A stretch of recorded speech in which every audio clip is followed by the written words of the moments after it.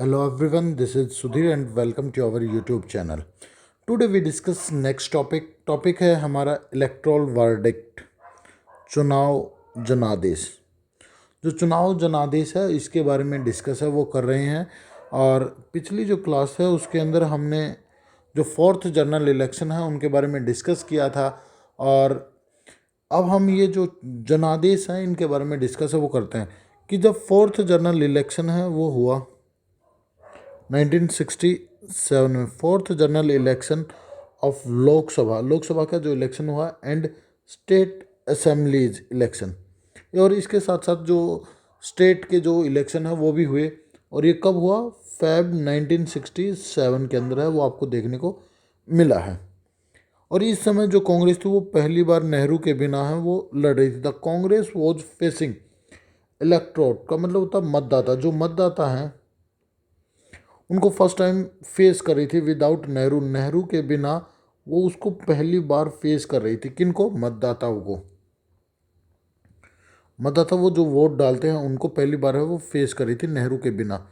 The result of election, जो result है वो इलेक्शन का फॉर कांग्रेस के लिए, ठीक है ना, दोनों लेवल्स के ऊपर, बोथ लेवल नेशनल और स्टेट आर नॉट गुड, अच्छा नहीं रहा भाई।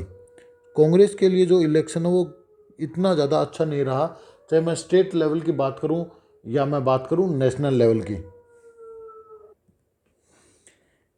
This election known has political earthquake, ये जो इलेक्शन थे उनको पॉलिटिकल अर्थक्वेक कहा जाता भाई, ठीक है ना, जो राजनीतिक भूकंप के नाम से इनको जाना जाता है। अब क्यों कहा जाता है उसके बारे में डिस्कस है वो करेंगे कि अब इसी को जो पॉलिटिकल अर्थक्वेक है वो क्यों कहा जाता है। कांग्रेस डिड नॉट मैनेज, कि जो कांग्रेस वो मैनेज नहीं कर पाई अपने आप को, डू गेट मेजोरिटी, अपनी जो मेजोरिटी थी उसको मैनेज नहीं कर पाई इन लोकसभा, जो लोकसभा के अंदर जो मेजोरिटी थी उसको नहीं मैनेज कर पाई। जितने जो 3 इलेक्शन हुए हैं उसमें कांग्रेस पार्टी ने एक अच्छी जो जीत है वो हासिल की है, जबकि इसमें ऐसा नहीं हुआ। लोएस्ट सीट, और इसको सबसे कम जो सीटें वो मिली हैं पहले 3 आम चुनाव के मुकाबले, फर्स्ट जो 3 जनरल इलेक्शन है उसके मुकाबले मुकाबले एंड शेयर ऑफ वोट्स, और जो वोट्स हैं, जो वोट की जो परसेंटेज है वो भी काफ़ी कम मिली है। Half of the minister in Indira cabinet were defeated, कि जो इंदिरा की जो कैबिनेट थी उसमें से लगभग आधे से ज़्यादा, हाफ, जो मंत्री थे, मिनिस्टर थे, उनको हार का सामना करना पड़ा, डिफिटेड। जैसे के कामराज, ये तमिलनाडु से हार गए। ये रही इनकी फ़ोटो, यहाँ पे आप इनकी फ़ोटो भी देख सकते हो, काफ़ी बार पूछ लेता है। एस के पाटिल, ये महाराष्ट्र से हार गए। अतुल्य घोष, ये वेस्ट बंगाल से हार गए। और ये आप अतुल्य घोष की फ़ोटो है वो आप देख सकते हो यहाँ पे। के बी साही इन बिहार, ये बिहार से हार गए थे। और ये एक्स सीएम हैं भाई। ये क्या कहूँ, मैं आपको बता दूं कि ये बिहार के सीएम भी रह चुके हैं। के बी शाही, ये बिहार से हार गए।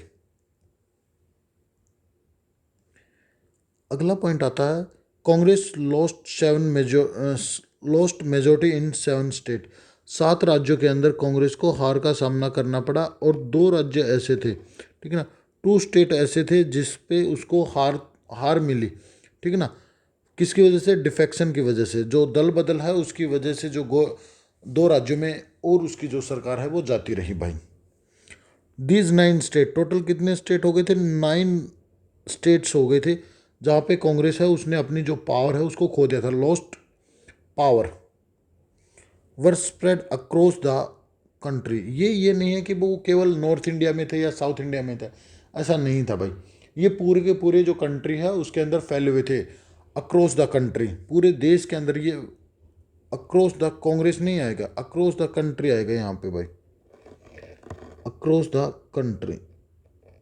इस चीज़ को थोड़ा सा ठीक कर लेना, अक्रॉस द कंट्री, कंट्री के अंदर फैले हुए थी। कौन कौन से राज्य थे अब उनकी बात करते हैं भाई।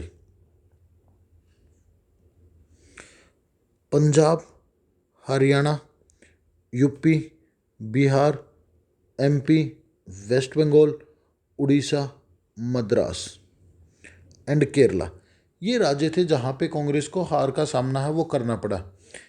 इन मद्रास स्टेट, ये जो मद्रास स्टेट है यहाँ पे एक रीजनल पार्टी थी डीएमके। आपका होमवर्क है कि आपको डीएमके की फुल फॉर्म आपको कमेंट करके बतानी है कि क्या फुल फॉर्म है भाई।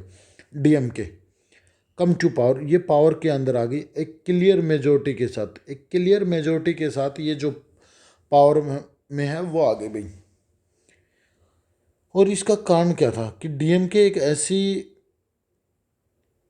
सरकार, एक ऐसी पार्टी थी जो पहली बार बिना किसी सपोर्ट के सत्ता के अंदर है वो आई थी, या नॉन कांग्रेस पहली एक ऐसी पार्टी थी जिसने बिना किसी पार्टी का सहारा लिए ही सत्ता के अंदर है वो आई। जो डीएमके है वो कैसे जीती है अब उसके बारे में बता रखा है कि मद्रास के अंदर एक एंटी हिंदी जो प्रोटेस्ट है वो चला हुआ था भाई। एंटी हिंदी जो प्रोटेस्ट है वो चला हुआ था, जिसको लीड कर रहे थे कौन? Student, against the central government on the issue of the imposition, कि जो सेंटर है वो इम्पोज करना चाह रहा था किसको? हिंदी लैंग्वेज को as a official language. Hindi language को क्या कर रहा था? एक ऑफिशियल जो लैंग्वेज है वो बनाना चाह रहा था भाई, जिसकी वजह से मतलब यहाँ के जो लोग हैं या जो स्टूडेंट है वो काफ़ी ज़्यादा परेशान होकर उन्होंने सरकार के खिलाफ एक मूवमेंट है वो शुरू किया, एंटी हिंदी। और डीएमके ने भी उस चीज़ को काफ़ी ज़्यादा जो सपोर्ट है वो किया बेटा। There was first any non Congress party, ठीक है ना, नॉन कांग्रेस पार्टी, ये पहली एक ऐसी नॉन कांग्रेस पार्टी थी जो बिना किसी की सहायता से एक क्लियर मेजोरिटी के साथ है वो आई थी इट्स ऑन एनी स्टेट, किसी भी राज्य के अंदर, ठीक है ना। जबकि पहली बार नॉन कांग्रेस पार्टी केरला के अंदर बनी थी सीपीआई, जबकि उसमें सपोर्ट है वो लिया गया था 5 इंडिपेंडेंट जो मेंबर्स थे उनका, जबकि इसमें ऐसा नहीं था। इन इन अदर 8 स्टेट, जो 8 राज्यों में जो अलग जो सरकार जो बनी थी वो किसकी वजह से बनी थी? कोलाइजेशन, जो government found by non Congress. जो नॉन कांग्रेस जो पार्टियां हैं उन्होंने क्या बनाई थी अपनी 8 राज्यों के अंदर, जो नॉन कांग्रेस जो गवर्नमेंट है वो बनी थी बाय कोलाइजेशन। कोलाइजेशन की वजह से जो गठबंधन है उसकी वजह से है वो बनी थी बेटा। आगे मैं बात करूं कि इस समय एक पॉपुलर कहावत थी, ठीक है ना, एक कथन है वो काफ़ी ज़्यादा प्रसिद्ध हो गया था कि यदि आप एक किसी ट्रेन के अंदर बैठते हो, आप यदि किसी एक ट्रेन के अंदर बैठते हो दिल्ली टू हावड़ा, कहाँ से? दिल्ली से हावड़ा जा रहे हो, अब हावड़ा है वेस्ट बंगाल में, नोट पास थ्रू, ये जो रेल है वो किसी एक भी राज्य से as a single Congress ruled state not pass, ये किसी भी उस राज्य से होकर नहीं गुजरेगी जिनमें कांग्रेस का रूल हो, या उन राज्यों से होकर गुजरती है जिनमें सभी की सभी नॉन कांग्रेस पार्टियां वो रूल करती हैं। तो ये था हमारा टॉपिक, और आपको समझ आया होगा बेटा। फिर भी कोई डाउट है तो आप कमेंट करके मेरे से पूछ सकते हो, और नेक्स्ट वीडियो में हम नेक्स्ट टॉपिक को डिस्कस है वो करेंगे, और जो आपको जो होमवर्क जो दिया गया है उसको आप कमेंट करके मुझे बताएंगे। जब तक के लिए thank you and thank you very much बेटा।